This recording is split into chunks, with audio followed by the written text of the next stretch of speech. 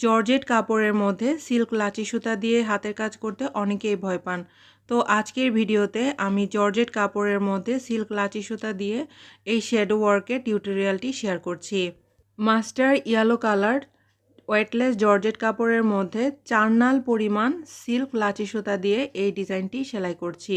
এই সেলাইটাকে উল্টা ক্রস এবং লগ্নো সেলাইও বলা হয়ে থাকে। সিল্ক লাচি সুতা দিয়ে হাতের কাজ করলে সুতাগুলো একটু বেশি পরিমাণে নিতে হয় আর টেনে টেনে হাতের কাজটা করতে হয়, না হলে দেখা যায় যে একটা সুতা বের হয়ে থাকে বা সুতার ফিনিশিংটা ভালো আসে না।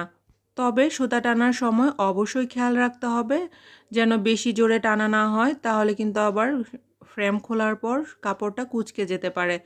তো এই তো এভাবেই আমি হাতের কাজটা করেছি আর অপর দিকে কিন্তু এরকম হবে সেলাইটা।